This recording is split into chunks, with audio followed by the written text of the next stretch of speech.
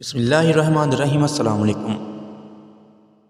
بادشاہ ایک درویش کے پاس گیا جو کسی خاص ورد میں مصروف تھا۔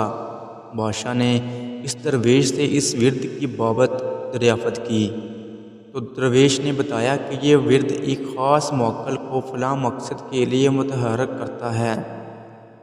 بادشاہ نے درویش سے کہا کہ مجھے بھی اس ورد کی تعلیم دو، تو درویش نے کہا کہ میں ایسا نہیں کر سکتا۔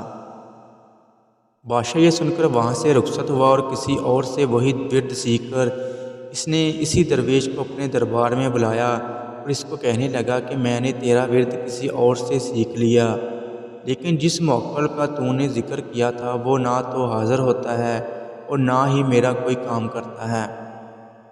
اب تو مجھے بتا کہ ایسا کیوں ہے اور اس کا حل کیا ہے،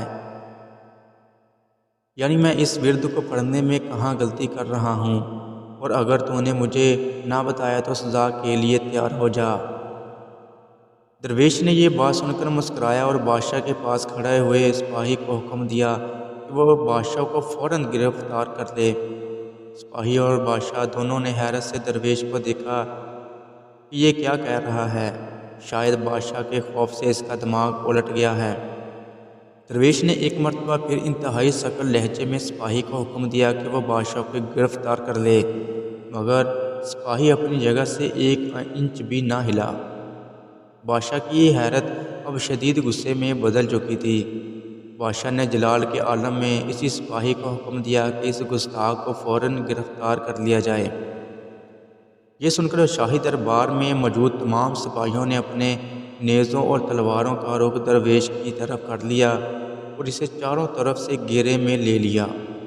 درویش نے یہ دیکھ کر مسکرایا اور بولا، سن بادشاہ، جو میں نے ان سپاہیوں کو کہا اور جو تو نے ان کو کہا وہ ایک ہی حکم تھا، الفاظ اور لہجہ سب ایک تھا، لیکن میری بات سن کر یہ ایک سپاہی بھی خاموش رہا، جبکہ تو نے صرف ایک سپاہی کو حکم دیا تھا، لیکن تیرا حکم سن کر دربار میں موجود تمام سپاہی فوراً حرکت میں آ گئے اور مجھے ایک آن میں گرفتار کر لیا۔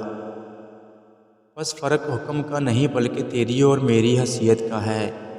یہی سبب ہے کہ تیرے ورد پڑھنے سے وہ موکل حرکت میں کبھی نہیں آئے گا، کیونکہ روحانی دنیا میں تیری حیثیت صفر ہے۔ سوال یہ نہیں ہے کہ قرآن میں شفا ہے یا نہیں ہے، سوال یہ ہے کہ پڑھنے والا کس کردار کا مالک ہے اور اللہ سے کس قدر قربت رکھتا ہے۔ اللہ حافظ۔